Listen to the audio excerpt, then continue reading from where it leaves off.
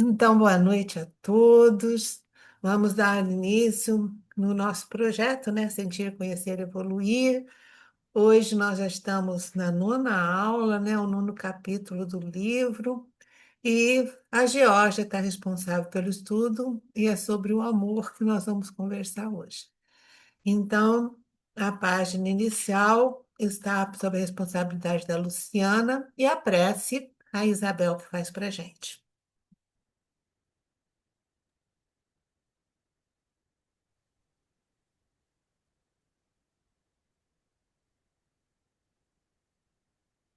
Boa noite a todos.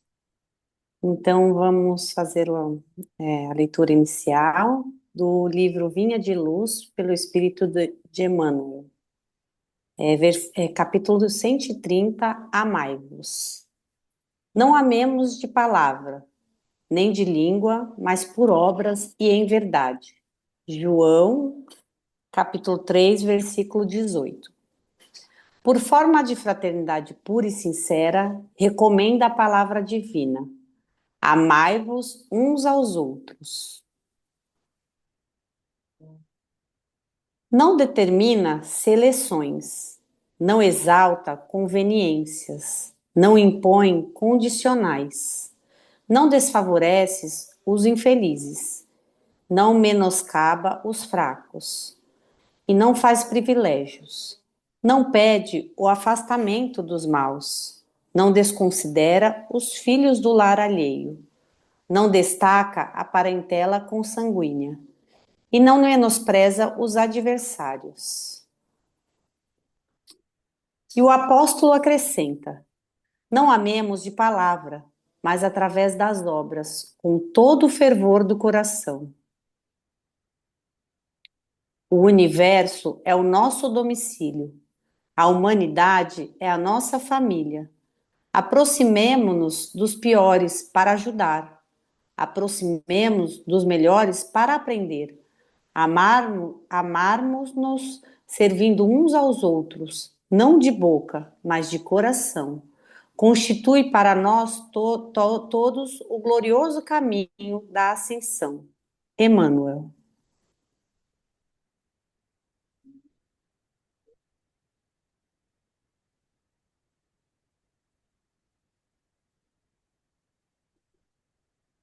Isabel?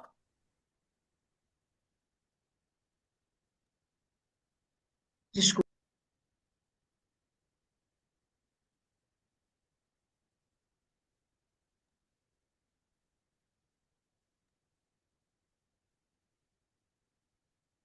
abriu agora, abriu, né?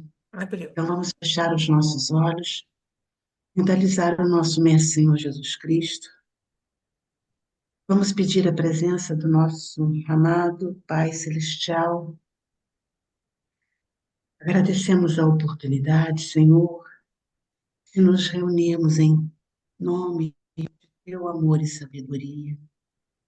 Pedimos que a luz do teu Evangelho ilumine nossos corações e mentes, trazendo a paz e o entendimento para os nossos corações. Que os bons espíritos estejam conosco, nos amparando e orientando em nossa jornada. Que Meimei, a mentora desta casa, possa nos orientar, possa também iluminar aquele que vai trazer e vai falar sobre o tema de hoje, o amor, que é aquilo que nos move, que nos leva, nos conduz para um caminho de verdades, de amparo, de melhoria espiritual. Que a paz esteja conosco, hoje e sempre, querido Mestre. Que assim seja, graças a Deus. Obrigada, então, Luciana. Obrigada, Isabel. Então, Jorge, a palavra é sua. Obrigada, pessoal. É, Boa noite a todos. E para a gente dar início ao nosso estudo da noite, né, o desenvolvimento desse tema, vamos para a nossa meditação, que já virou, né, nossa rotina dentro desse estudo. A gente inicia sempre com uma meditação. Então, vamos lá.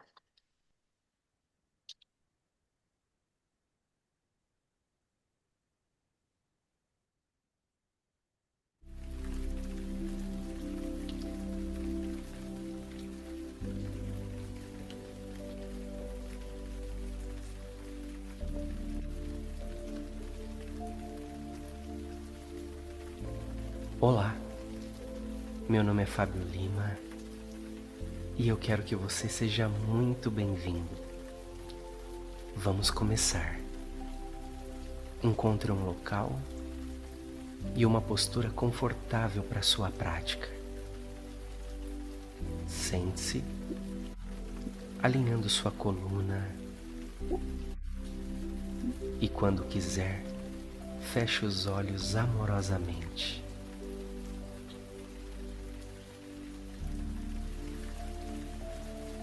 Traga toda a sua consciência para a sua respiração. Sinta o ar que entra e que sai do seu corpo. Que entra e que sai do seu corpo. Sempre que expirar, transmute qualquer sensação ou pensamento negativo.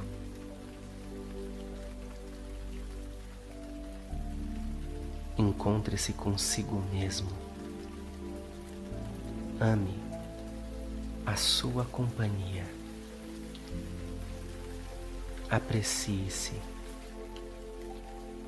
Nada é mais importante do que se tornar a sua prioridade.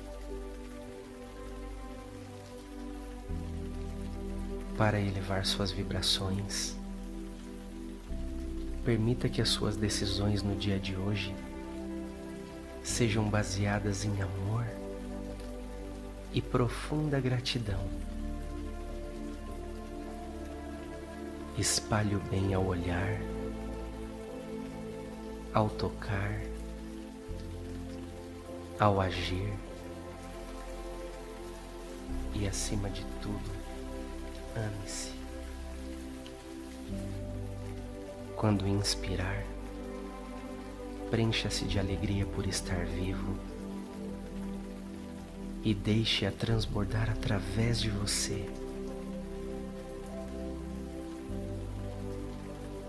Inspire profundamente e, ao expirar lentamente,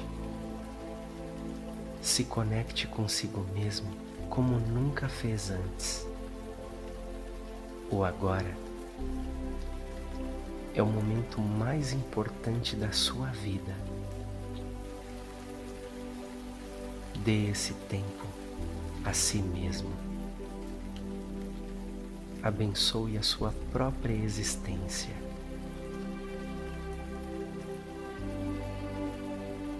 Inspire de maneira mais profunda. Retenha o ar por alguns instantes. Agora, solte o ar por sua boca e imagine-se expurgando de seu corpo todas as impurezas que constantemente respira.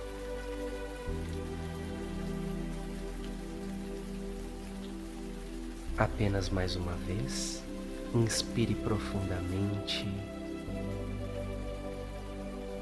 retenha o ar e agora expire, purificando e proporcionando bem-estar ao seu corpo. Deixe a sua respiração voltar ao seu ritmo natural. Não faça esforços para isso. Mantenha um fluxo respiratório suave e acolhedor.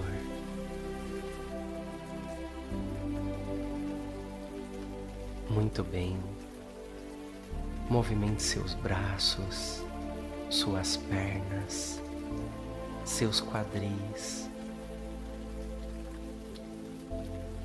Abra e feche suas mãos, movimente seus pés, sinta as mudanças internas que ocorreram e no seu tempo, abra os olhos.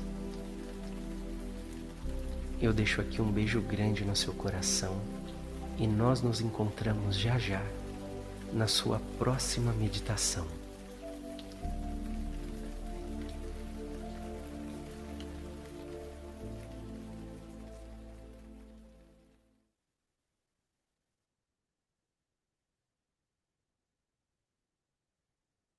Então é isso, né? Essa meditação que dá uma relaxada, uma desacelerada na correria, naquele movimento que a gente se encontra, para a gente começar a falar do que é o amor, né? Esse sentimento tão profundo e que nos mandamentos ele é o primeiro a ser citado, não é isso? Amar a Deus sobre todas as coisas e ao próximo como a si mesmo. Mas e a vida, né? Quem é que lembra disso? Ela é maravilha ou é sofrimento? Ela é alegria ou lamento? O que é, meu irmão? Há quem fale que a vida da gente é um nada no mundo. É uma gota, é um tempo que nem dá um segundo. Mas, na verdade, essa música de Gonzaguinha, ela traz para mim uma definição muito ampla do que é o amor. Se eu pudesse definir o amor, eu definiria nessa frase, né? Há quem fale que é um divino mistério profundo. E o amor é o sopro do Criador numa atitude repleta de amor. Então, essa música de Gonzaguinha, letra, né, dessa música, o que é de Gonzaguinha, para mim ela define o amor. É o sopro do Criador numa atitude repleta de amor. Porque realmente nós fomos criados por Deus numa atitude de amor. Então, o amor é isso. Só por curiosidade, essa palavra maravilha, porque tem gente que lê maravilha, né? É maravilha. E ela se apresenta como uma celebração otimista da vida, incentivando a entrega total aos sentimentos e às experiências, sem medo de enfrentar tanto a alegria quanto a dor, né? E significado de amor, trouxe alguns, né? Porque a gente, do dicionário, como sempre a gente faz, desse dicionário aí, esse www.elo7.com.br, certamente é a que produz a camisa, né? É o site que vende essa camisa. E essa camisa ela é exatamente assim, ela traz esse significado tirado do dicionário. O amor é esse sentimento afetivo, segundo o dicionário, que faz com que uma pessoa queira o bem de outra, protegendo, cuidando, conservando sua companhia. A pessoa amada, muito querida, agradável, com quem se quer estar, é o amor.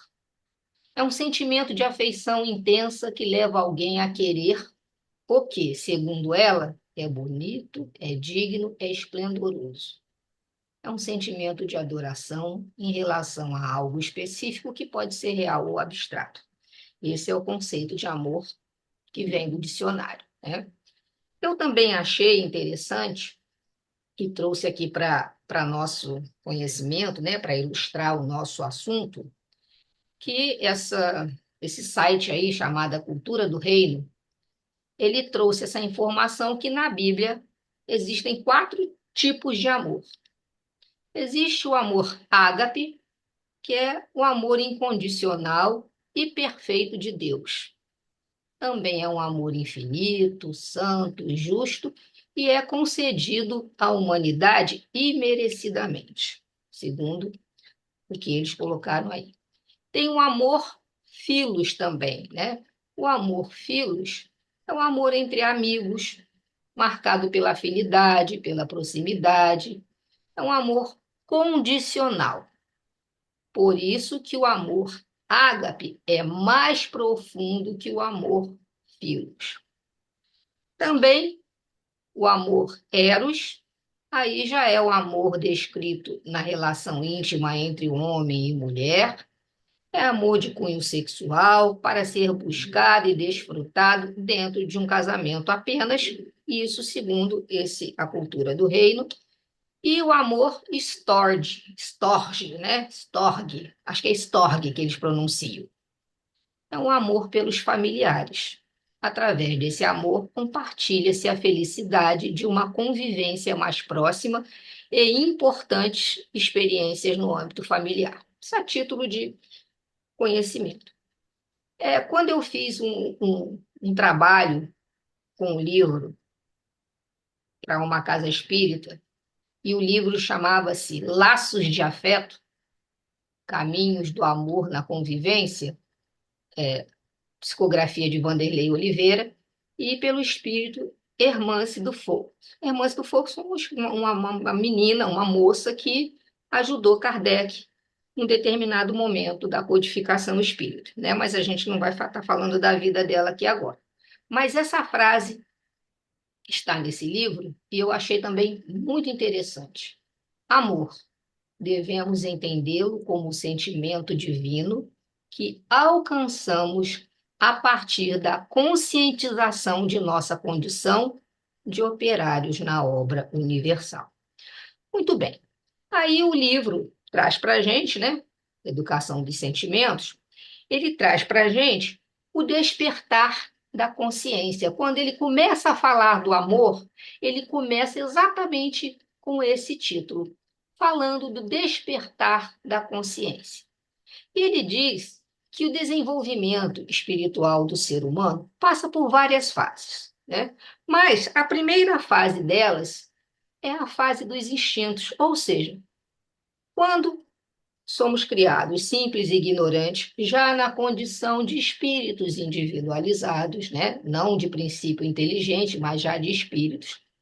A individualização do espírito, lá no reino nominal, o que prevalece muito no nosso, quando a gente inicia essa caminhada desse desenvolvimento espiritual, o que prevalece muito na gente são os instintos, porque justamente os instintos, eles são até muito necessários nessa fase, porque eles vão nos assim, impulsionar na questão da sobrevivência, na perpetuação da espécie.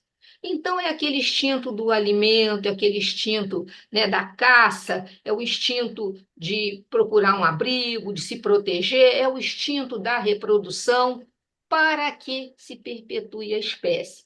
Então, com o tempo, é claro que os outros elementos que fazem parte do nosso psiquismo vão desabrochando, vão surgindo, né? Então, os pensamentos, a inteligência, a vontade, os sentimentos, as emoções, isso tudo vai evoluindo com o tempo. Então, eles vão desabrochando e esse sopro evolutivo da alma vai impulsionando sempre para o progresso, para a conquista de valores. Então, é interessante que esses instintos iniciais, né, de perpetuação de espécie, sobrevivência da espécie, eles vão sofrendo a influência desses outros fatores que vão se desenvolvendo com o tempo e aí vão intelectualizando o espírito gradativamente. Então, a partir do momento, né, que a gente sai da condição de só instinto e começa a desenvolver esses outros elementos, os pensamentos, a inteligência, a vontade, os sentimentos, as emoções, Esse conjunto aí de elementos, eles vão permitindo que a nossa alma, né, se intelectualize. É um caminhar que a gente tem em busca da nossa perfeição, a perfeição que nos é possível, não a perfeição de Deus. Perfeito no sentido amplo da palavra, no sentido maior da palavra, só Deus. Então a consciência vai despertando, né, gradativamente, através de um processo das experiências que nós vamos passando, e vai registrando isso tudo no nosso psiquismo e tornando a gente cada vez melhor. Esse desenvolvimento espiritual é longo e capaz de nos transformar em espíritos puros. Então, ele vem trazendo para a gente, nesse início desse assunto, né, sobre o amor, desse capítulo 9, ele vem falando resumidamente sobre isso aí, que a gente passa, esse desenvolvimento espiritual nosso, ele passa por fases, mas o primeiro de todos que se sobressai é o instinto, até mesmo por uma necessidade. E da partir daí, outros elementos começam a aparecer e vai nos impulsionando para o progresso, para a conquista de valores, e que esse desenvolvimento espiritual, claro, depende das nossas experiências, nas nossas reencarnações, mas que todo esse desenvolvimento é que vai nos levar à condição de espíritos puros. Então, ele diz para a gente o seguinte, que já se encontra no ser humano todo o potencial indispensável ao seu aperfeiçoamento, né? Ou seja, Kardec disse lá na questão 621 do Livro dos Espíritos, Kardec pergunta: onde está escrita a lei de Deus? Essa é uma questão muito batida por nós, né?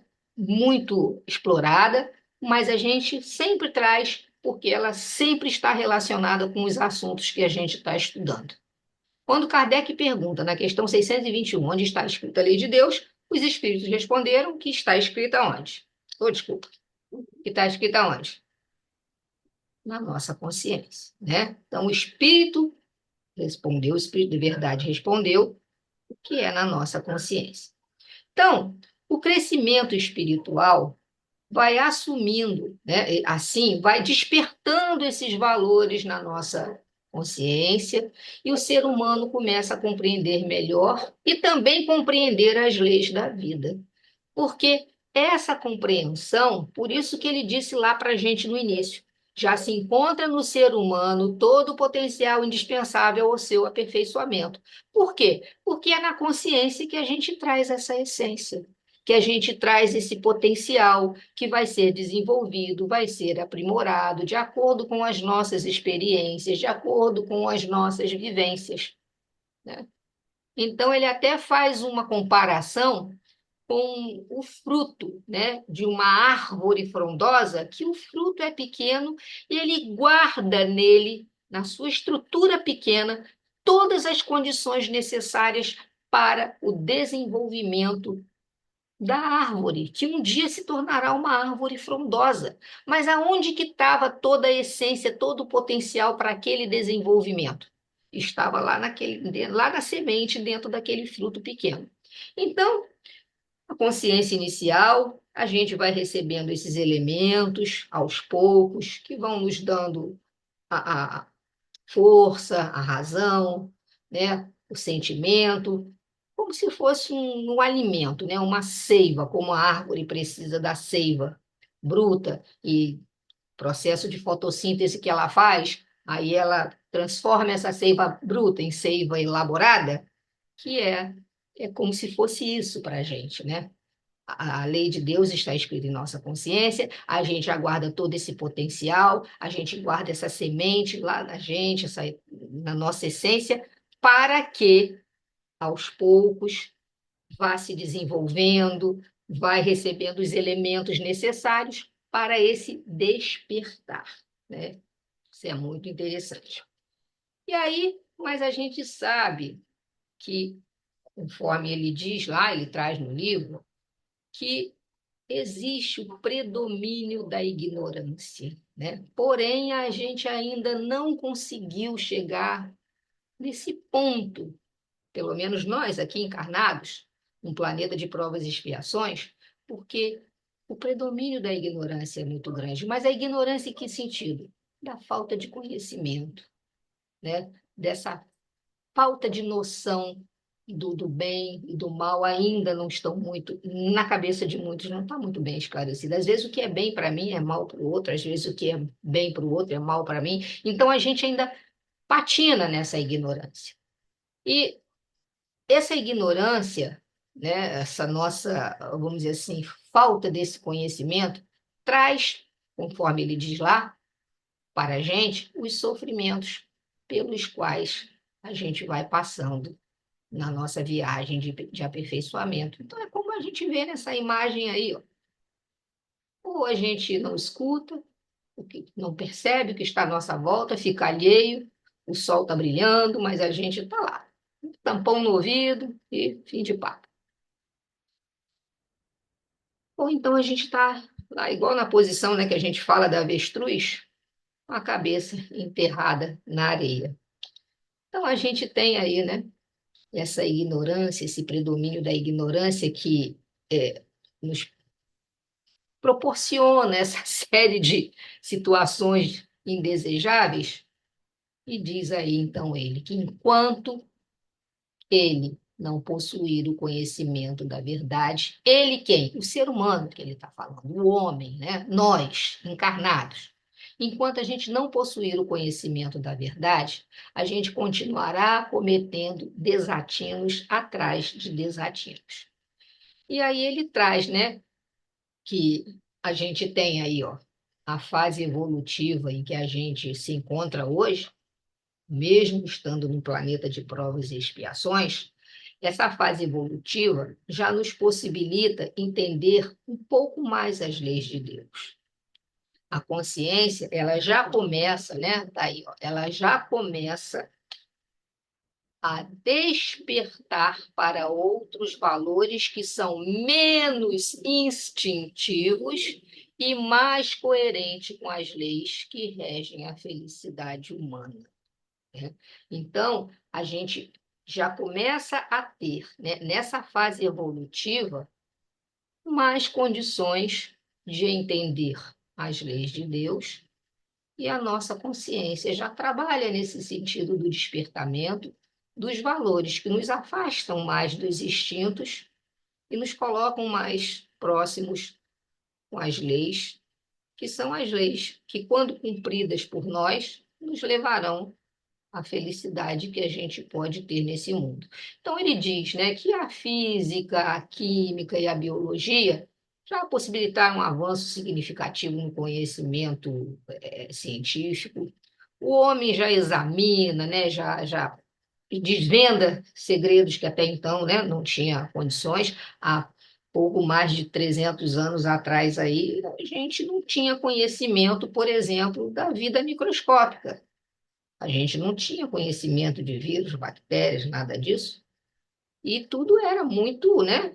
Era muito cheio de curiosidade, de porquês, e se achava um monte de coisas que a biologia traz aí, que a gente ensina nas escolas, porque não tinha uma lente que aumentasse o suficiente para enxergar o mundo microscópico. A partir do momento que se inventou essa lente, começamos a desvendar o mundo microscópico. E olha quantas coisas ainda não temos para descobrir, né? Então, por exemplo, o cosmos já tem essa, a gente já consegue ter uma noção desse espaço, desse universo, através aí da tecnologia.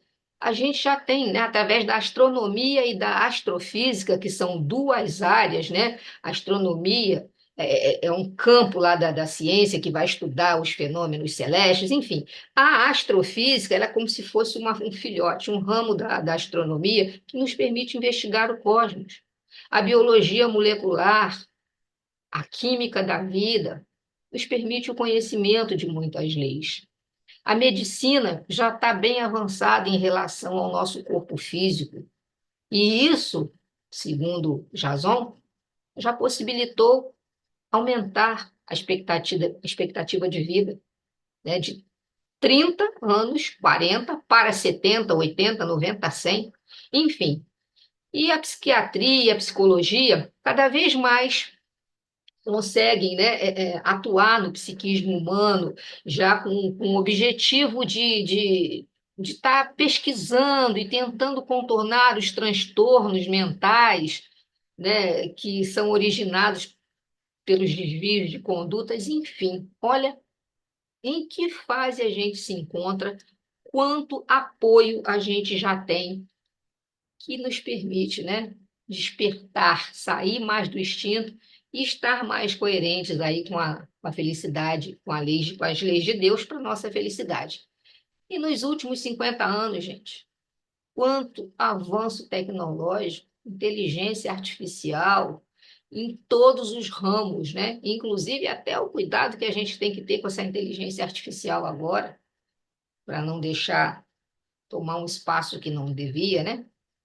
Então, segundo Platão, o conhecimento torna-se mal se o objetivo não for virtuoso.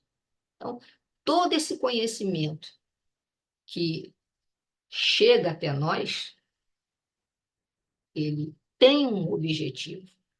A gente sabe muito bem que é para a gente poder trabalhar em prol das gerações futuras. Porque a gente, com conhecimento tecnológico, a gente tem condições de preservar, de sanear o planeta, a gente tem condições de, né, minimizar o sofrimento, mas, como Platão já falou lá muitos séculos atrás, se o objetivo desse conhecimento não é virtuoso, aí é claro que ele torna-se mal, né? Então, nós vemos um despertar da consciência, segundo Jason, para as leis que regem os fenômenos da vida. E o seu conhecimento é que produzirá a grande transformação humana.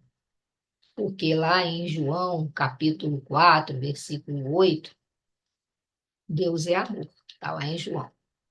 E aí ele traz para a gente a consciência do amor, dizendo para a gente que as maiores transformações da alma humana se realizam no desenvolvimento do amor, porque o amor é a essência mãe, a essência geratriz da vida. Então, olha aí como é que ele já começa a definir esse amor. Que as maiores transformações que a nossa alma pode sofrer, aí é claro que ele está falando as transformações referentes à nossa evolução, à nossa melhoria moral, né? A nossa, vamos dizer assim, a nossa subida nessa escalada da evolução, essas transformações, elas se realizam a partir de que a gente consegue desenvolver dentro da gente esse amor. Porque o amor é a essência mãe, é a essência geratriz da vida, né? Lei suprema da consciência que comanda o destino dos povos e o destino das galáxias. Então, essa consciência do amor é essa essência que comanda o destino dos povos e o destino das galáxias. Alguém quer falar alguma coisa? Alguém quer perguntar alguma coisa? Se quiser, vocês podem interromper, tá? Eu não estou vendo vocês, mas a Miriam está lá vendo. Outros podem avisar aí. Se alguém levantar a mão ou alguma coisa, pode avisar. É Platão. No banquete, que é um diálogo de Platão, e eu vou falar rapidinho para vocês sobre esse diálogo, Platão nos convida a repensar o amor. Então, o banquete é um diálogo de Platão, não é um livro, é um diálogo. E ele, nesse diálogo, ele nos convida a repensar o amor, não como afeto, mas como caminho de ascensão da alma. Amar é educar o olhar para o eterno, né? Então,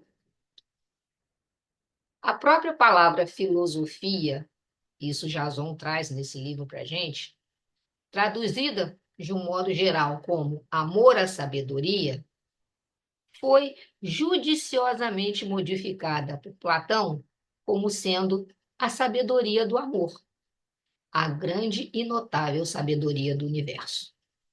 Então, quando se traduziu essa palavra amor à sabedoria, né, como filosofia, é um amor à sabedoria, Platão fez a modificação desse sentido para a sabedoria do amor, que é diferente. Amor à sabedoria é você amar, né, ser sábio. E a sabedoria do amor, que ele quis dizer, é nesse sentido, um caminhar da alma para o eterno, né? É educar-nos para o eterno. Então, é a grande e notável sabedoria do universo. Lembrando lá que no slide passado, né, estava escrito que dessa lei suprema, essa lei do amor, é que rege, que comanda o destino dos povos e o destino do universo, das galáxias, né? Então, a consciência que temos do amor vai se desenvolvendo no tempo. Em O Banquete, que é esse diálogo, Platão nos mostra que amar é mais do que sentir, porque não fica só no campo do sentimento, da sensação. É mover-se em direção ao que é belo, ao que é bom, ao que é verdadeiro. É buscar juntos a elevação da alma. Então, Platão, né, que foi esse filósofo grego lá, que viveu entre os anos 428 e 347 a.C., ele é considerado um dos principais pensadores da sua época. Ele era discípulo de Sócrates, né? E ele procurava sempre transmitir uma profunda fé na razão e na verdade. Ele adotava o lema de Sócrates, que era: o sábio é o virtuoso. E é interessante que eu estava pesquisando e que Sócrates, Platão, ele desejava fazer uma carreira política. Ele desejava ser político. Mas, como ele se tornou discípulo de Sócrates muito cedo, né, e tinha uma profunda admiração por Sócrates, quando Sócrates morreu, ele acabou ficando desiludido com a política e voltou-se para a filosofia. O banquete é um diálogo, né, que ele se desenrola durante um jantar em Atenas, onde os convidados fazem discursos em louvor a Eros, que era o deus do amor. Tá? E o banquete, juntamente com outro diálogo de Platão, chamado Fedro, tem como tema principal o amor. Tá bom? Então, é interessante aí essa curiosidade, né, para a gente ter. A gente tem que entender o seguinte: a gente, então, estava numa condição de, segundo Jason, quando a gente foi criado, simples e ignorante, a gente estava numa condição de animalidade. Mas a gente vai, né, caminhando, reencarnando, adquirindo elementos que vão nos intelectualizando e vão melhorando a nosso desenvolvimento espiritual, desenvolvimento da nossa alma.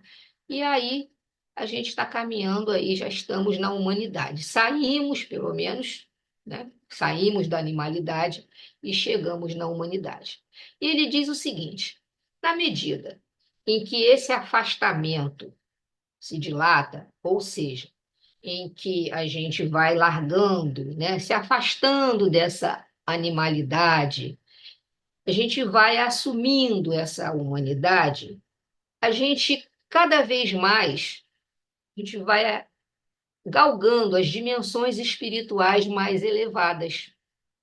E essas energias que nos cercam, né, que fazem parte do nosso ambiente, essas energias pelas quais a gente começa a ter acesso e também a emanar, elas vão adquirindo frequências cada vez mais sutis e vão nos ajustando às leis naturais, né? Então, a predominância da natureza animal. Infelizmente, a predominância da natureza animal sobre a natureza espiritual que nos leva à barbárie comportamental, ao egoísmo e ao empobrecimento humano. Então, ele diz para a gente o seguinte: a gente saiu de uma condição de animalidade caminhando para a humanidade. E que esse afastamento vai nos melhorando, né? A gente vai chegando a dimensões espirituais cada vez mais elevadas, e essas energias que a gente, né, acaba se envolvendo, as energias que nos circundam, elas são mais sutis. Mas, infelizmente, ainda existe uma predominância da natureza animal sobre essa natureza espiritual, que ainda nos impele ao comportamento, à barbárie, ao egoísmo, ao empobrecimento, né? É isso que ele fala. E aí foi aquilo que eu falei para vocês, onde, deixa eu só voltar aqui, onde os desejos, as paixões desenfreadas, é que vão nos mantendo presos dos instintos, na lama, como ele usa o termo, no lamaçal dos instintos, ainda muito deseducados, segundo ele. Porque ainda hoje, em nossa sociedade, existem espíritos que permanecem nessa fase do comando pelo instinto mais selvagem. Segundo Jason, é por isso que a gente observa as leviandades de toda ordem.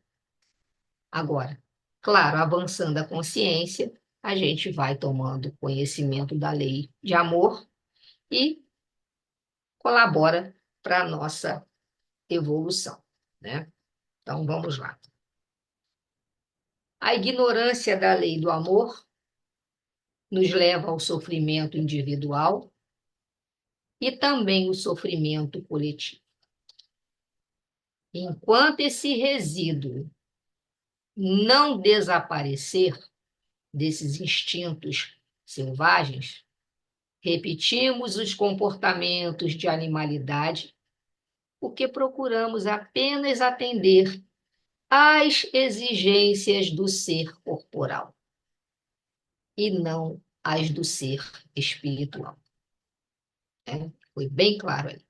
Enquanto a gente permanece ainda numa ignorância em relação a essa lei do amor, existe o sofrimento individual, existe o sofrimento coletivo, e vamos ter esse sofrimento enquanto a gente não eliminar, expurgar completamente esses comportamentos selvagens que só visam atender às exigências do nosso corpo. Tá? Porque a lei do amor, a lei de amor, né, conforme ele coloca, nos empurra a evolução dos instintos para os sentimentos. Então, a partir do momento que se aprende a amar, você começa a sobrepor os instintos com os sentimentos melhores. Os instintos começam a desaparecer e os sentimentos nobres começam a progredir, né? Então, a gente vai sendo conduzido a partir da lei do amor para essa melhoria. E aí, né? Ele traz para a gente a relação entre razão e afetividade, onde ele diz que o amor extinto dos selvagens vai se aprimorando sob o comando da razão nascente, né? Então, aquela condição de amor selvagem, como a gravura aí de uma maneira, né, até engraçada, mas aquele amor, né, instintivo dos selvagens vai se aprimorando a partir do momento que a razão começa a tomar conta e manter um equilíbrio dentro da gente. Fazer essa conexão aí, né, entre razão e sentimento. Então, ele diz que é na harmonia entre a razão e a afetividade, o sentimento de amor vai se estruturando e vai nos tirando da animalidade para nos colocar na condição humana dos sentimentos mais burilados. Ou seja, é buscar o equilíbrio, a harmonia entre o que a gente tem no intelecto, o que a gente pensa, o que a gente adquire de conhecimento com os nossos sentimentos. Quando a gente consegue equilibrar isso aí, manter uma harmonia entre essa razão e esses sentimentos, a gente consegue estruturar o amor de modo que ele tire a gente daquela condição de um instinto de um amor selvagem, de um instinto selvagem, e os sentimentos vão se tornando mais puros, né? Mais burilados. E ele traz para a gente essa informação aí também, eu quis trazer para a gente, né? Falando sobre a lei de amor. Então, ele coloca, né? Ele cita esse sociólogo aí, Sorokin. Tá aí esse senhor que 1889 a 1968, né? Desencarnou. Sociólogo, ele era de Harvard e explica que os cientistas desacreditam no poder do amor, porque ele não pode ser colocado numa balança ou no microscópio. Ele diz isso, né? Então, a gente entende o seguinte, que, segundo ele vem falando, que o amor foi avaliado, discutido pelos filósofos e religiosos de todos os tempos. O amor sempre esteve em pauta, né? E os cientistas evitam esse assunto porque eles têm pouco a oferecer sobre esse tema. Então, alguns estudos, no entanto, já começaram a aparecer, tanto no campo da medicina, no campo da psicologia, mas ainda bem tímidos, né? E ele coloca assim: como pode uma força tão poderosa permanecer ignorada sem ser investigada cientificamente? E ele ainda diz mais, que o empobrecimento do vocábulo, isso é Jason que diz, tá? Que o empobrecimento do vocábulo em nossos dias ainda retrata a condição humana em que nos encontramos. O que que ele quer dizer? A maneira como a gente se refere à palavra amor, de uma maneira rasa, de uma maneira às vezes até vulgar, fútil, retrata ainda a condição humana em que a gente se encontra, né? Então, eu trouxe para a gente essa pesquisa aí que saiu, né, nessa escola médica, Harvard, né, a ciência do amor. Então, Robert Waldinger, não sei como se pronuncia, que é professor de psiquiatria dessa escola de medicina, ele diz o seguinte: e embora os efeitos benéficos físicos e emocionais do amor sejam evidentes, o amor em si continuará a desafiar os esforços para desconstruí-lo e permanecerá empiricamente ilusório. Ou seja, né? E ele diz, isso para ele, olha o que ele fala, que embora se conheça os efeitos benéficos físicos e emocionais do amor, ou seja, é evidente que o amor produz efeitos tanto no corpo físico quanto nos nossos sentimentos, nas nossas emoções, que isso é evidente. Mas ele diz, esse professor de psiquiatria, que o amor em si continuará a desafiar qualquer esforço que se faça para desconstruí-lo, né? Como se diz assim, para desmontar esse sentimento e tentar entender. E ele permanecerá, ou seja, o amor permanecerá empiricamente ilusório. Ou seja, o que é empiricamente ilusório? É o seguinte, é que é como se fosse descrever esse fenômeno que aparenta ser real com base em experiências, mas que, na verdade, não tem como você fazer isso, né? Porque ele não pode ser observado de uma forma, vamos dizer assim, numa experiência só, numa experiência direta, ou numa experiência prática, porque o amor, ele é realmente algo abstrato. Você não consegue entender ainda as facetas, né? Ele tem muitas facetas. Observar a conexão humana. Olha o que ele fala. Observar a conexão humana através de lentes hormonais, neuroquímicas e comportamentais, sem dúvida, continuará a lançar luz sobre nossos relacionamentos mais íntimos. Mas, felizmente, o amor é muito rico, complexo e variado para revelar todos os seus segredos à investigação empírica, né? Com base numa experiência direta, com base na observação ou com experimentos práticos. Então, olha só, esse professor de psiquiatria, eu achei isso aí fantástico, isso é uma pesquisa, isso saiu nesse site aí, que não adianta você querer observar essa conexão humana utilizando as lentes, né, hormonais, ou seja, pesquisando hormônio, pesquisando as substâncias neuroquímicas, pesquisando o comportamento das pessoas, que, sem dúvida, isso vai cada vez mais lançar luz, clarear, né, querer mostrar sobre os nossos relacionamentos mais íntimos em relação ao amor. E quando se fala em amor, é amor em todas as suas virtudes, versões, né? Não é só o amor homem e mulher, casal, entre duas pessoas. É um amor todo sua extensão. Mas ele diz assim, ó, ele ainda diz, ó, mas felizmente, quer dizer, ele concorda, ele acha que é isso mesmo, é legal.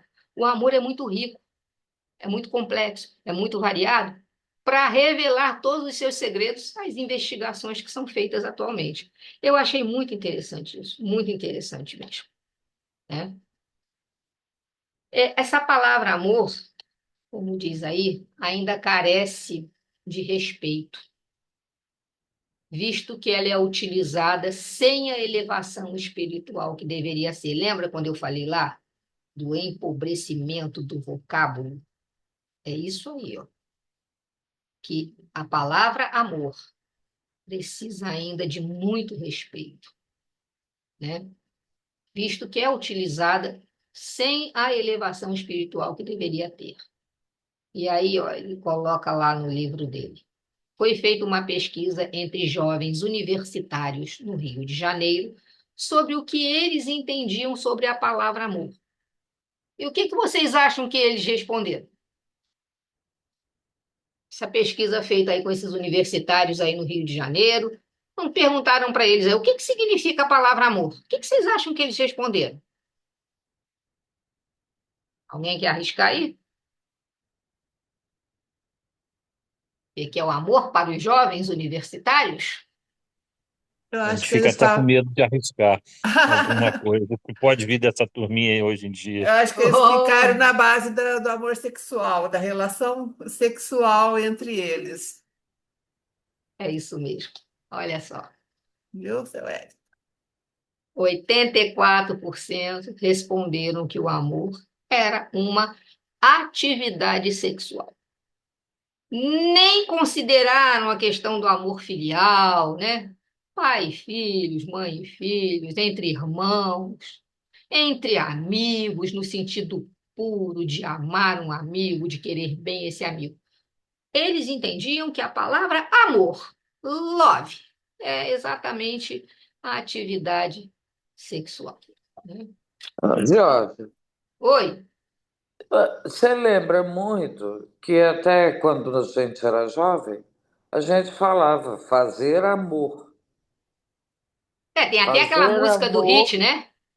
Fazer Fazer amor. Não, amor é da do é o Hit, não, é sexo. daquela que de abelha. Fazer amor de madrugada, quer dizer, fazer amor. Tudo é amor no sentido Era sexual, né? sexo. É, né? Exatamente. Da Paula Toller, mas era do que de abelha, não é isso? Então, amor merece respeito, gente. O amor merece respeito, mas ainda está carecendo muito desse respeito, porque é utilizado ainda sem a devida elevação espiritual, né? Você vê que nos livros do André Luiz, quando fala de sexo, ele fala que o sexo com amor de um casal, ele é protegido pela espiritualidade que que coloca como um véu para que os outros espíritos não assistem, não Sim, assistam. E é inclusive o momento que eventualmente pode acontecer uma fecundação ou não, né? E quando o realmente amor existe é uma. puramente sexual, eles não têm véu, não têm nada. é, Eles são tratados como são pessoas. A visão espiritual é de animais é, é, copulando. Desculpa. Apenas é questão vamos dizer assim, de saciar o instinto, né?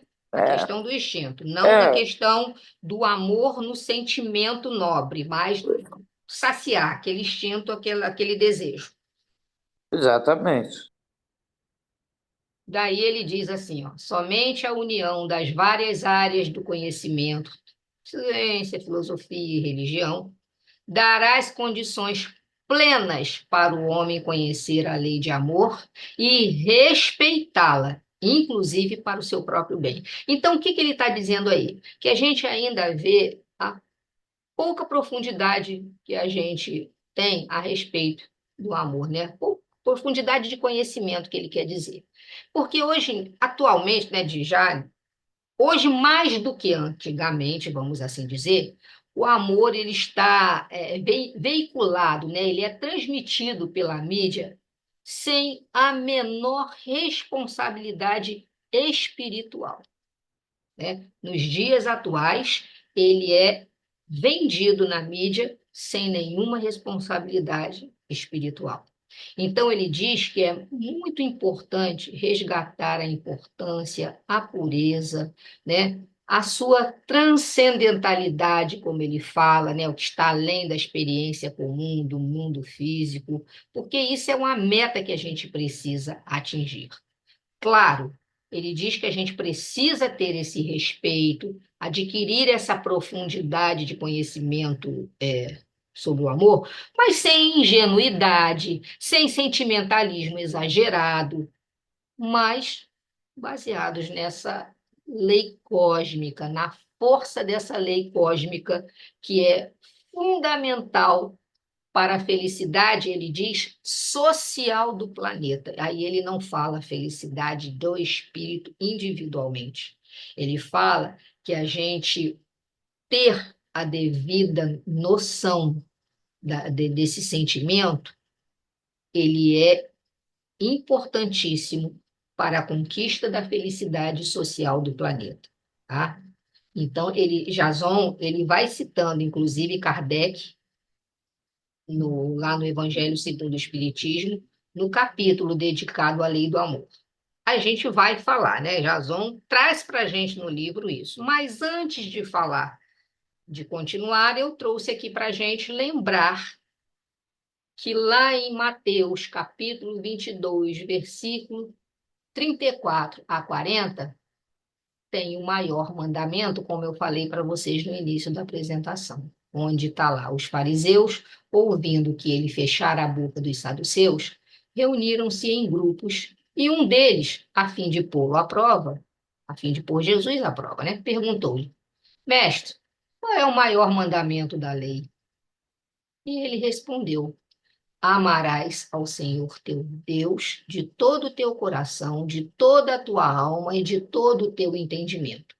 Esse é o maior e o primeiro mandamento. O segundo é semelhante a esse: amarás o teu próximo como a ti mesmo. Desses dois mandamentos dependem toda a lei e os profetas, né? Só para a gente ilustrar aí que a gente já tem isso nas Escrituras, nos Evangelhos.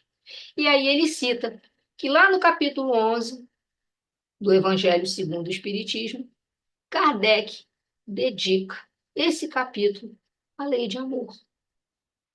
Né? É o capítulo 11 que fala de amar o próximo como a si mesmo.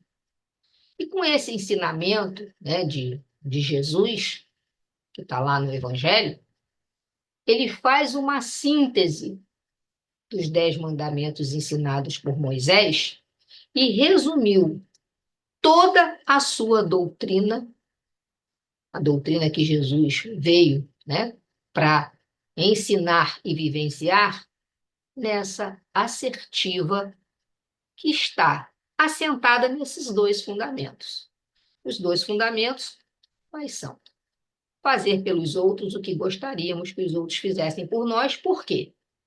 Porque amar a Deus sobre todas as coisas é o primeiro e maior mandamento, e o segundo é amar ao próximo como a si mesmo. Né? E aí, dessa maneira, amar a Deus sobre todas as E aí coisas. vem aquela polêmica de quem é o próximo, né? Ah, é. Amar o próximo como a si mesmo, como a gente fala, né? Porque Amar o não é próximo que a só a gente gosta, família, é, não é só os amigos e tudo, é, são aqueles que a gente também tem dificuldade de relacionamento, é são aqueles verdade. que até já nos fizeram mal, são aqueles que Exatamente. até pela situação socioeconômica, estão passando de grandes dificuldades, dificuldades materiais e de amor, porque É, eles ficam se sentindo abandonados. abandonados, é verdade. Isso aí, e aí realmente, né, o que você falou, é o que a gente sempre procura entender dentro da doutrina espírita, que está muito claro para nós, essa questão de amar o próximo, porque amar o próximo que é legal com a gente, que é aquele que a gente tem aquele relacionamento bom, né, aquele que nos é caro, nos é amigo, é fácil, né? Esse desafio não é, aliás, não tem nem desafio, né? Porque se a gente gosta, se a gente tem aquela proximidade, se a gente tem aquele afeto, fica fácil amar. Então não tem desafio, tá? O desafio é exatamente isso tudo aí que você falou. É não só amar o próximo que não é da nossa família, que não é um amigo nosso, mas o próximo até que nos fez mal. O próximo Mas, até que nos causou prejuízo, né? mas Oi. Jorge, então, a lei de Deus, ela não é só para eu com meus amigos, com a minha família, não, é para todos. Quando ele fala de fazer o bem, ele não fala faça o bem com a sua família, com os seus amigos, não, é para fazer para todos. Se você não faz para todos, você não está cumprindo a lei de Deus. Então, assim, nós não conseguimos, então a gente vai reduzindo isso, né, para Ao aqueles nosso que continuam, campinho, né? sabe? Ó, A mas nossa não zona de é. conforto, Ele né? A até gente vai fala, né? reduzindo Se para nossa você zona de conforto. Sim, você cumpre a lei de Deus se você fizer o bem, ok. Mas não é para aqueles que você gosta, não é para todos. E aí a gente tem dificuldade, É né? verdade.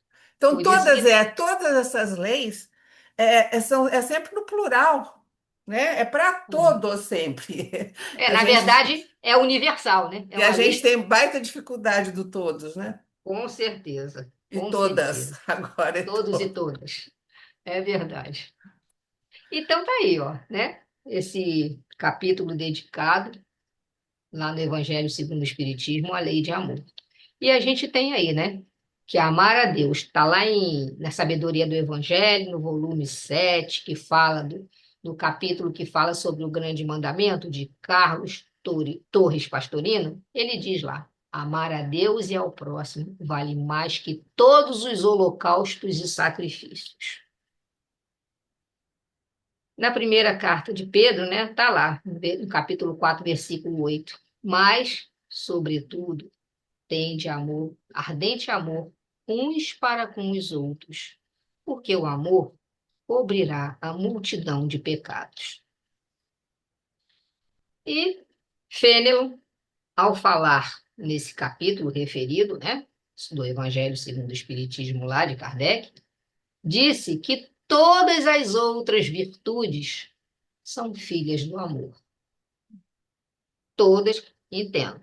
Quando a gente entende o que é virtude, sabe quais são as virtudes que precisamos adquirir, ele afirma que todas as virtudes que nós desenvolvemos, que nós adquirimos, são filhas do amor.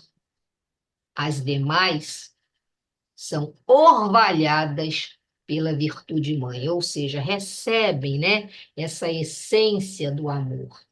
Então, todas as demais virtudes são gotejadas de amor, recebem gotas dessa virtude mãe. Lembra lá que a essência, né, a força que gera toda a vida, né, a força geratriz que gera, né, motriz, a força que move toda a vida. Então, cada virtude possui uma partícula de amor. E os efeitos, né, da lei do amor, né? Quais são os efeitos da lei do amor? Melhoramento da raça humana, felicidade, né? E crescimento em Cristo, porque a gente vai adquirindo as virtudes até a gente alcançar o desenvolvimento pleno do amor, mas todas essas virtudes vão recebendo gotinhas de amor. Então, mas a gente sabe, né? Todos nós sabemos, e Jason traz isso para a gente lá no livro, que, como toda lei, vamos falar até das leis humanas, daquelas que nós criamos. Existem aqueles que seguem, existem aqueles que fingem desconhecer, existem aqueles que não querem cumprir a lei. Enfim, fica claro para a gente que toda lei divina é perfeita. E quando a gente não segue essas leis, a gente está sujeito ao sofrimento, como já vimos lá, o sofrimento individual, o sofrimento coletivo.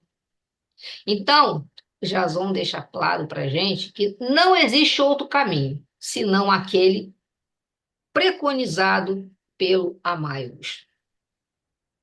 Fora desse caminho, a gente se perde, e a dor que vai ser produzida, né, nessa estrada, porque a gente sai do caminho, se perde por não amar, por não cumprir as leis de Deus, e aí a gente está sujeito ao quê? À dor, ao sofrimento. E aí, essa dor, esse sofrimento vai nos conduzir novamente ao caminho do amor. Então, é interessante. Você não obedece à lei, não cumpre, porque não quer, finge que não conhece, que não quer cumprir, enfim, não estou afim, não. Não vou fazer isso, não. E a gente já sabe que quando a gente não, que as leis divinas são perfeitas, né? A lei divina, vamos dizer assim, vamos falar na palavra macro, a lei divina que abrange todas as leis de Deus. É perfeita.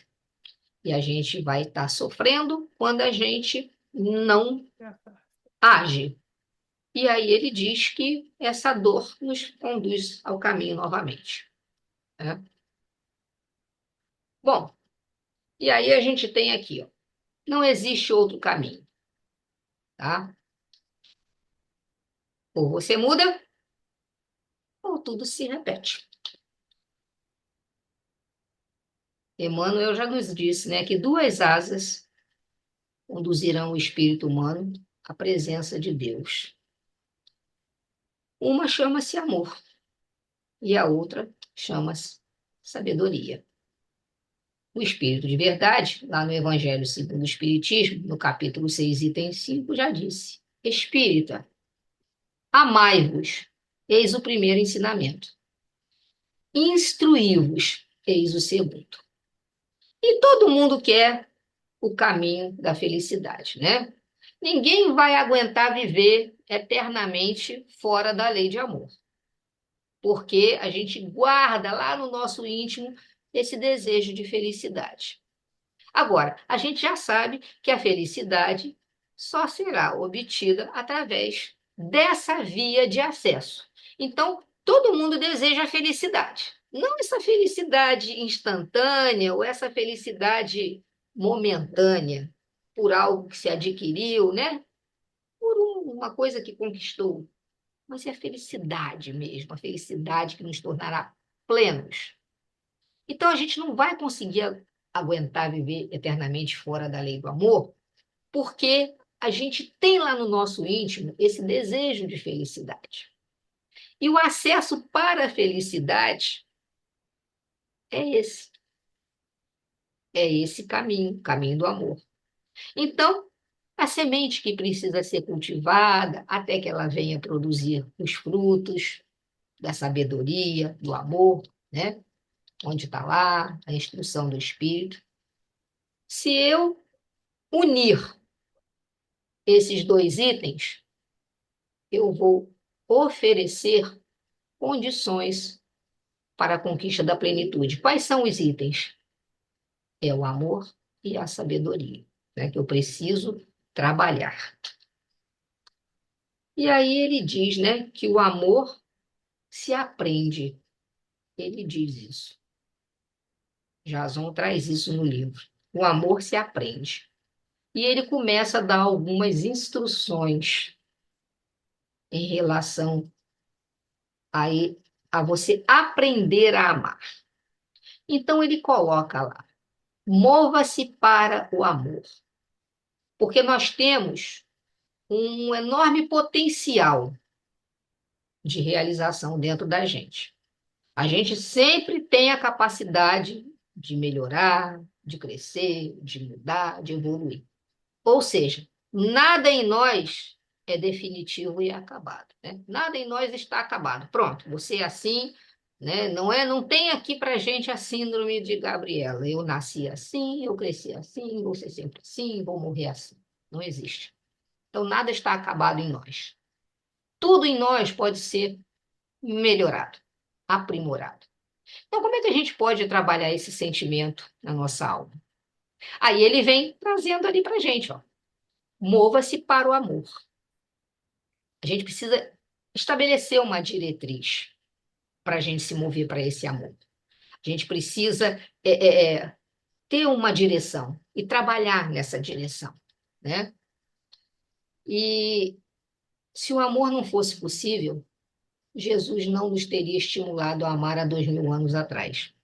E Jason cita um escritor, cujo nome é Léo Buscaglia, se eu não estou pronunciando errado, que relaciona a inércia do indivíduo para a gente. Por que a gente, ele diz, né?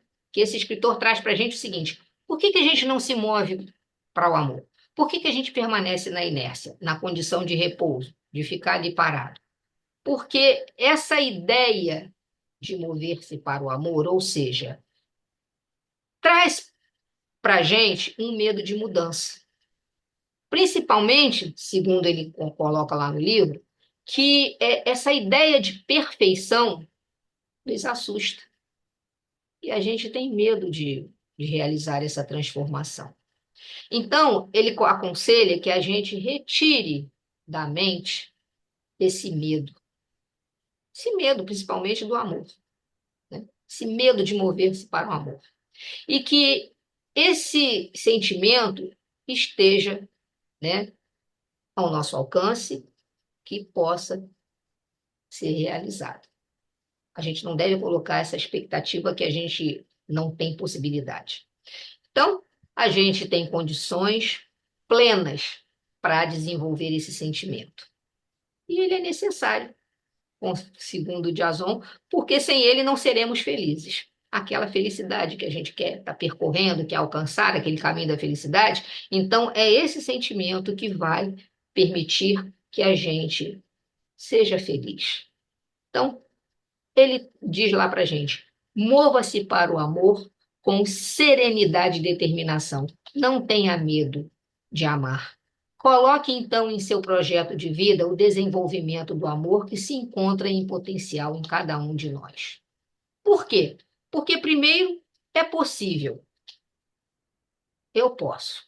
Segundo, é necessário. É necessário justamente para esse desenvolvimento da nossa consciência, né? A organização dos nossos sentimentos, dos nossos pensamentos, essa noção do bem e do mal, do certo e do errado, que a gente possa organizar isso dentro da gente e aí, utilizando a nossa inteligência com esses sentimentos organizados, a gente vai caminhar, né? A gente não vai ter o que pare a gente, né? É outra situação que ele colocou para a gente. Olha aí a figurinha o que traz aí para a gente, né? É justamente isso. Conheça o amor. Conheça o amor. Trazer ao nosso nível de consciência tudo aquilo que se relaciona com o amor. E pode ser feito de várias maneiras. Ele traz isso no livro, como esse conhecimento, como a gente pode trazer para a nossa consciência, nível da nossa consciência, né, daquilo que a gente tem noção, tudo que se relaciona com amor. Ele coloca lá, estudando, observando, comparando, sentindo, refletindo, reiniciando, intuindo, etc. Porque ele diz para a gente o seguinte: que quando a gente escolhe levar uma vida mais amorosa, mais cheia desse sentimento, a gente precisa conhecer sobre o amor. Então, a gente consultar livro, assistir um bom filme, meditar sobre o amor, né? Ouvir um documentário, uma palestra, isso tudo, meditar sobre o amor, isso tudo além de observar os nossos atos e pensamentos em relação aos semelhantes, e quais, né, como também esse sentimento chega para a gente, ou seja, a mesma reflexão que a gente faz em relação aos nossos atos, aos nossos pensamentos, também deles, dos semelhantes, dos nossos parceiros de vida, daqueles que cruzam no caminho com a gente, esse sentimento para conosco. Então, quando a gente começa a trazer esse conhecimento do amor para o nível, né, da consciência, a gente vai ter uma noção mais clara a respeito das nossas atitudes perante esse sentimento. Então, quando a gente passa por essas etapas, a gente começa a ter uma noção mais clara do que a gente realmente, né, age perante esse sentimento, como a gente age perante esse sentimento. Porque a gente tem uma tendência a agir de acordo com aquilo que a gente assimila, né? Então, O ele traz Alvin, isso aí para a gente. Oi? Alvin levantou a mão. Fala, Alva. Está fechado o microfone, Álvaro. Vamos falar. E se não existisse o amor, o que seria da gente? É verdade, né? E essa é uma possibilidade É, impossível, é né? uma Vou dizer assim para você, possibilidade. essa possibilidade é impossível, porque o amor existe a partir do momento que a gente conhece quem, né? Conhece na nossa precária noção que existe Deus. E Deus é o quê?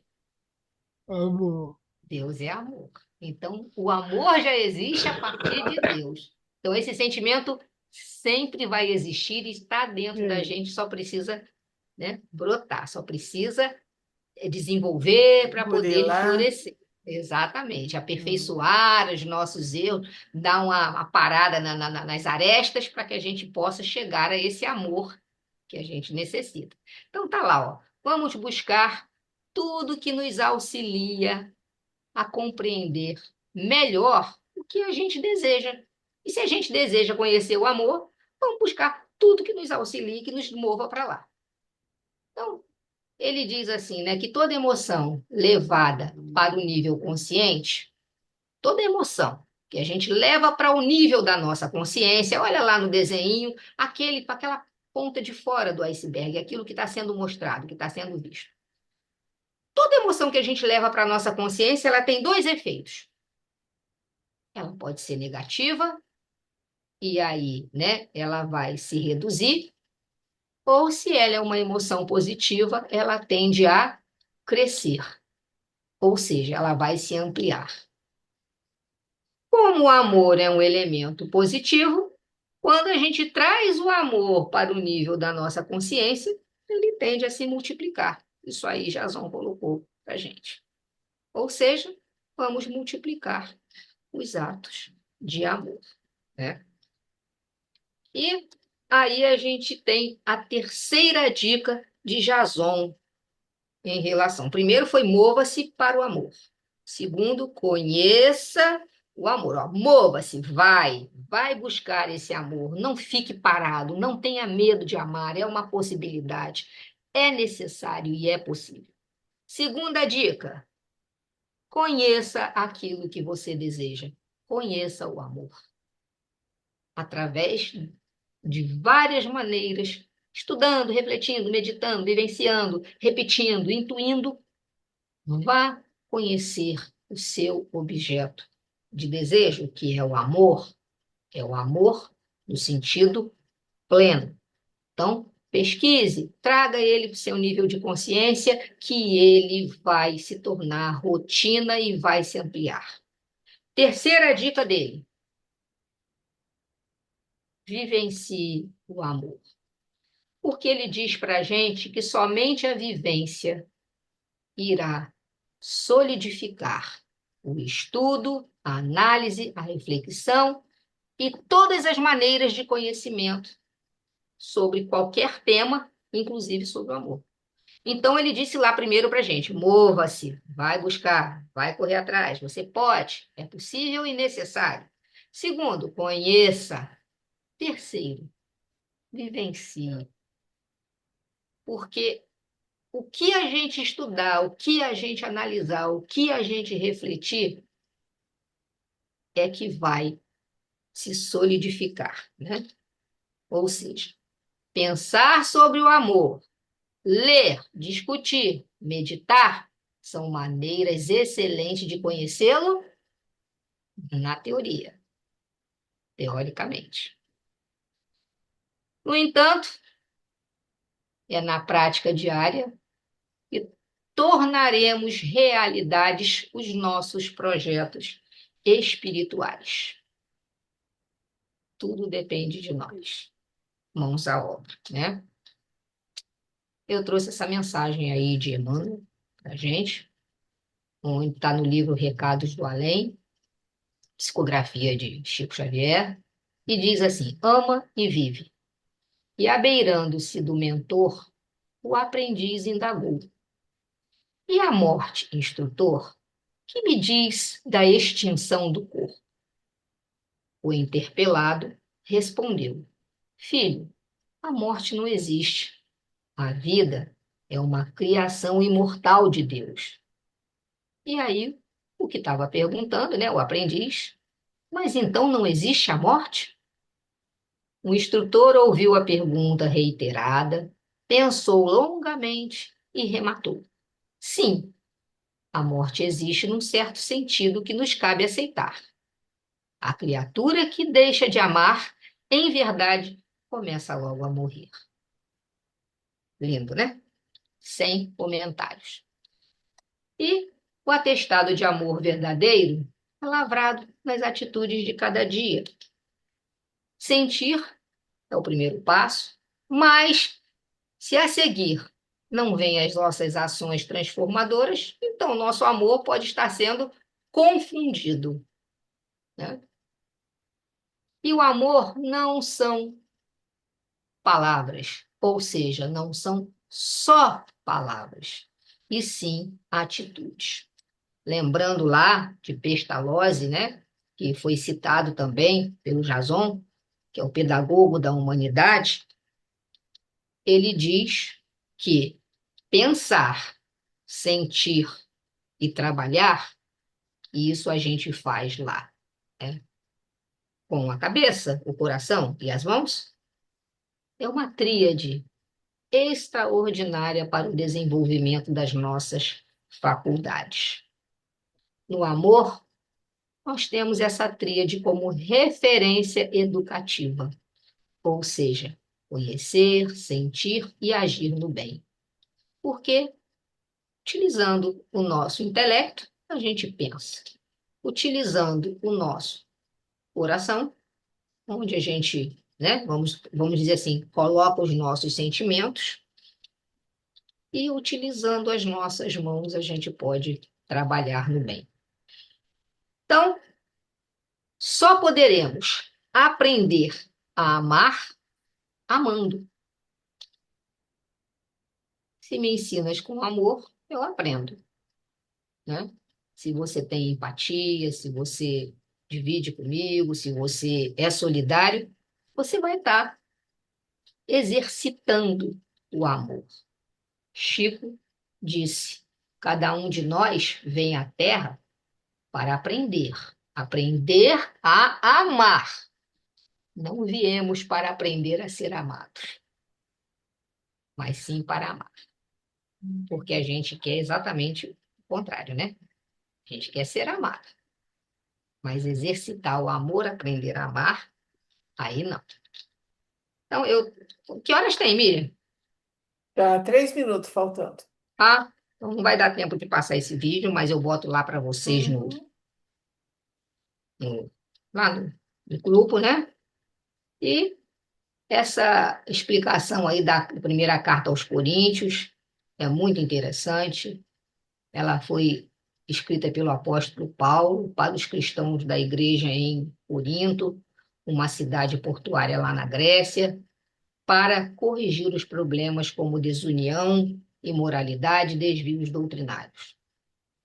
A supremacia do amor, a primeira carta aos Coríntios, capítulo 13, é um dos capítulos mais conhecidos, que descreve o amor como paciente, bondoso, que não se irrita, não busca o que é seu, mas se alegra com a verdade. O amor é a base de todos os dons, é a única coisa que permanece para sempre.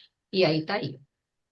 Ainda que eu falasse as línguas dos homens e dos anjos, se não tivesse amor, seria como o metal que soa ou como o sino que tine. E ainda que tivesse o dom de profecia e conhecesse todos os mistérios e todo o conhecimento, e ainda que tivesse toda a fé, de maneira tal que transportasse os montes, e se não tivesse amor, nada seria.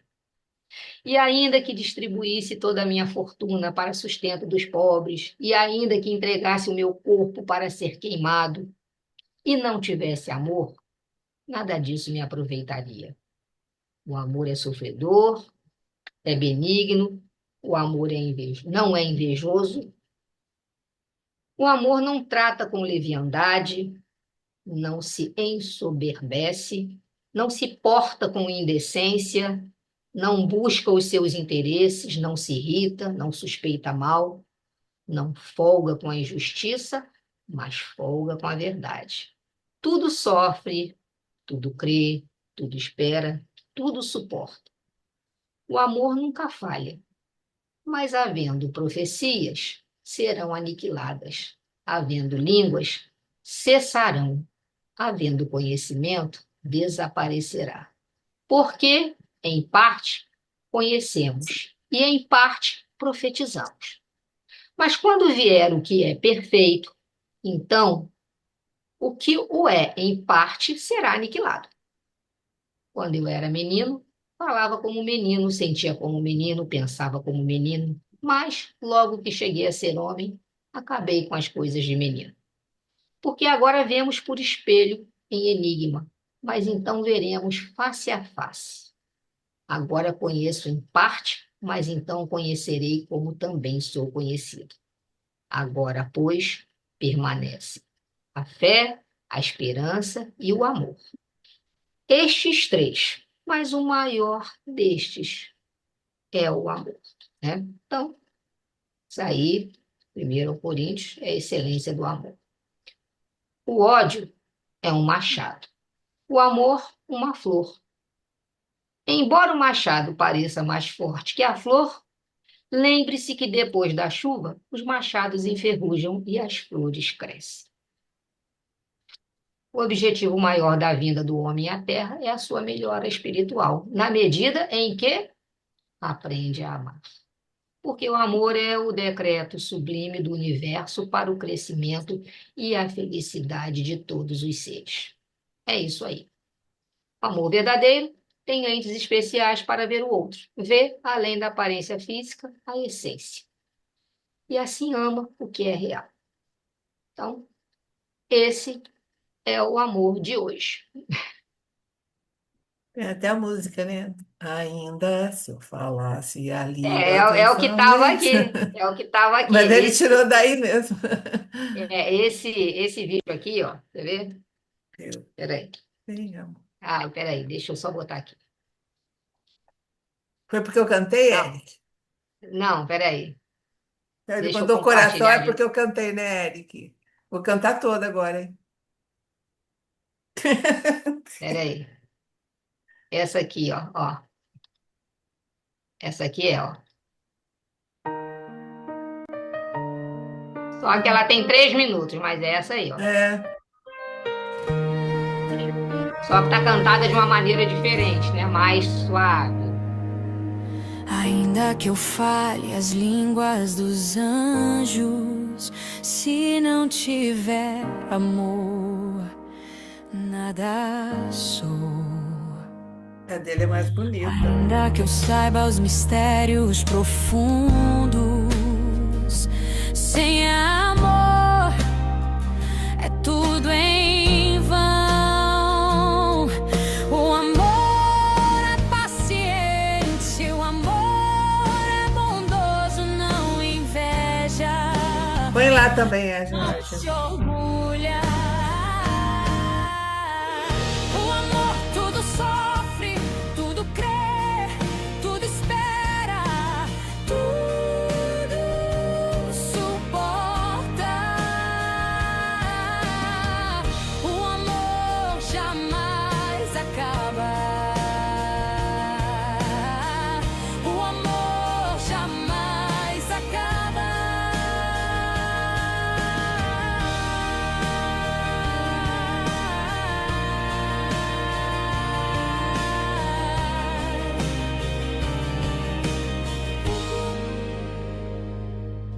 Quando era criança, falava como tal, mas ao crescer, deixei pra trás. Agora vemos como em espelho embaçado, um dia veremos face a face.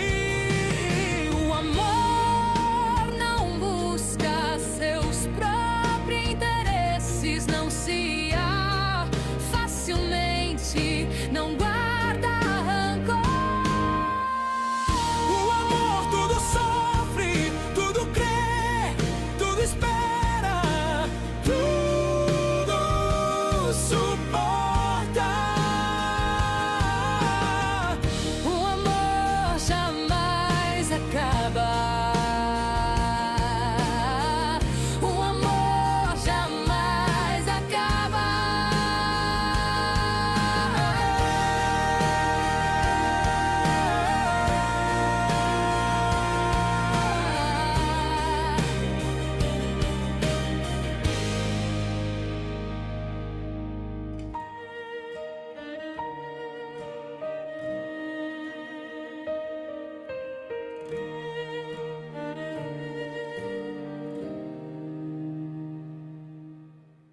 Eu também, viu, Eric? Prefiro o Renato É, Russo. aí, né, quer dizer, Jason, porque assim, ele diz o seguinte: sem a prática, né, do amor, não seremos aprovados no grande teste da vida que é amar. Né? Então ele vai orientando a gente para a gente não perder a oportunidade, por menor que seja, de executar atitudes de amor. Aproveitar os momentos da vida da gente, para a gente ser solidário, para fazer alguma coisa útil, para criar o hábito de olhar com compaixão, praticar caridade, ele vem dando vamos dizer assim, essas orientações, né? Para a gente adquirir esses hábitos saudáveis, até que eles se incorporem definitivamente dentro da gente, tá? E aí vai ser o nosso manancial de paz, de ternura. E esse hábito persistente vai nos colocar na condição de colaboradores de Deus. É isso. Bom, agora é só treinar. É Não, difícil, mas é Glorinha? Não, não é necessário. só treinar, não. É treinar, Treinar e treinar, treinar e treinar, treinar. treinar. Entendeu? Tá Como ótimo. disse o Emmanuel para Chico, né? Disciplina, disciplina, disciplina. Disciplina, Georgia, foi muito legal, nós já estamos na nossa hora. Assim, a pessoa que eu vejo aqui, Glória Rastelli. Faz a prece, Glorinha, para gente. Boa noite.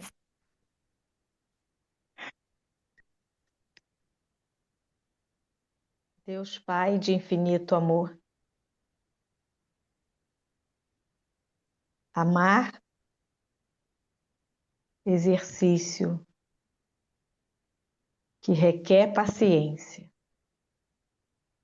Nós agradecemos esse espaço de estudo, agradecemos a presença de todos que se disponibilizam a estarmos aqui reunidos, de coração aberto, que tenhamos ouvidos de ouvir essas lindas palavras que a nossa companheira de jornada nos trouxe. Que possamos sair daqui imbuídos de estudarmos sobre o amor, mas principalmente pôr em prática o amar, como Jesus nos falou. Agradecidos estamos por essa noite. Encerramos nosso estudo, nossa reunião, com muita gratidão. Assim seja, Senhor. Obrigada, Glória. Olha só, gente. Então, nós já fizemos a primeira parte, que foi o autoconhecimento. Georgia terminou agora sobre a segunda parte, né, falando sobre o amor. E a semana que vem, Luciana Pires vai estar com a gente, começando a terceira parte, que é o desenvolvimento das virtudes. Então, ela vai falar sobre a mudança de paradigmas, tá? Então, semana que vem, esse mesmo horário, o Luciano Pires vai estar com a gente, iniciando a terceira parte, que é o falamos das virtudes, dos sentimentos, e agora nós vamos ver como é que a gente faz para desenvolver cada um deles. Tá bom assim? Obrigada pela presença de todos. Tchau, boa noite. Boa Boa noite. noite, gente. Tchau, Boa tchau. noite. Oi, Obrigada, Deli, boa tchau. noite. Beijo para todos. Fiquem com Beijo. Boa Deus. noite, gente. Boa noite. Boa noite, fiquem com Deus.